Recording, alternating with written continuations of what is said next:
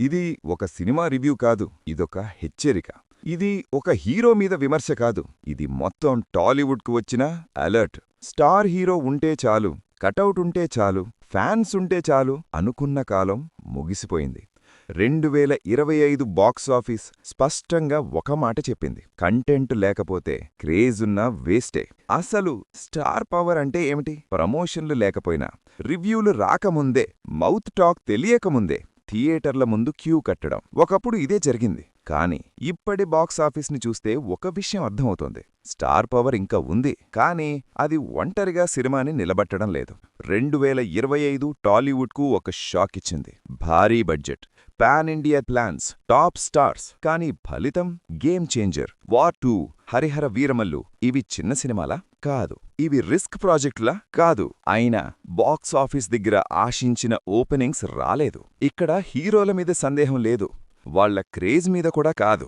సమస్య ఒక్కటే: ఆడియన్స్కు కనెక్ట్ అయ్యే కంటెంట్ లేకపోవడం. అసలు సమస్య ఎక్కడా? ఇప్పుడు ఒక నిజం చెప్పాలి.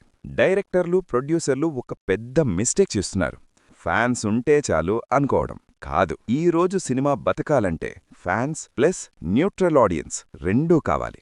ఫ్యాన్స్ ఫస్ట్ డే తీసుకొస్తారు, కానీ లాంగ్ రన్ ఇచ్చేది మాత్రం కంటెంట్ మాత్రమే.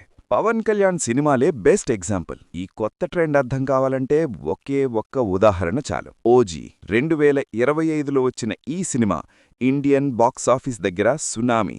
140 కోట్లకు పైగా గ్రాస్. ఫ్యాన్స్ మాత్రమే కాదు, న్యూట్రల్ ఆడియన్స్ కూడా థియేటర్కొచ్చారు. ఎందుకు? Promotional content strong. టీజర్, ట్రైలర్లో హుక్ ఉంది. హీరోని కొత్తగా చూపించారు. అదే హీరో, అదే క్రేజ్. కానీ హరిహర వీరమల్లు అందులో సగం ఓపెనింగ్స్ కూడా రాలేదు.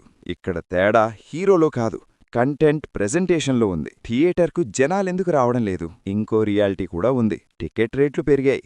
ఓటీటీలో సినిమాలు 3-4 వారాల్లో వచ్చేస్తున్నాయి. అలాంటి టైంలో ఆడియన్స్ ఒక ప్రశ్న వేస్తున్నారు: ఈ సినిమా థియేటర్లో చూడాల్సినంత వర్త్ ఉందా?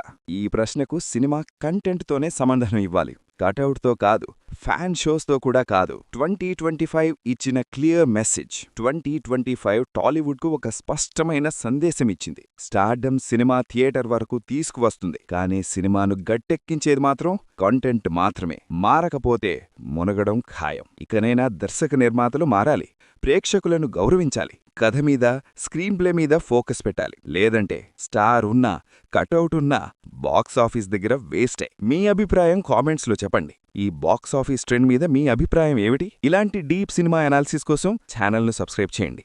ఇది సినిమా కాదు, ఇది సినిమా భవిష్యత్తు గురించి చర్చ.